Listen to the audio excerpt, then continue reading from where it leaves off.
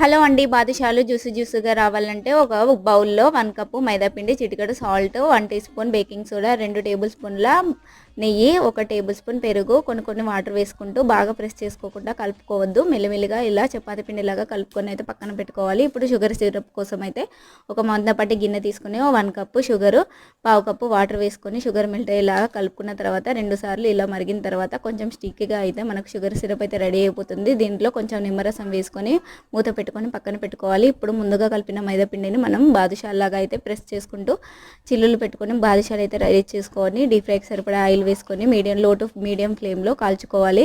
Red and brown కలర్లో వచ్చేలాగా వచ్చిన తర్వాత వీటిని వేడివేడిగా షుగర్ సిరప్లో వేసుకొని 10 to 15 మినిట్స్ ఉంచుకొని మనం 1 అవర్ తర్వాత తింటే చాలా జ్యూసీగా ఉంటాయి. కంపల్సరీ ట్రై చేయండి. ఈ వీడియో కనుక నచ్చినట్లయితే లైక్, షేర్, కామెంట్ అయితే చేయండి. ఇలాంటి వీడియోస్ కోసం మన ఛానల్ అయితే సబ్స్క్రైబ్ చేసుకోండి. Thank you for watching.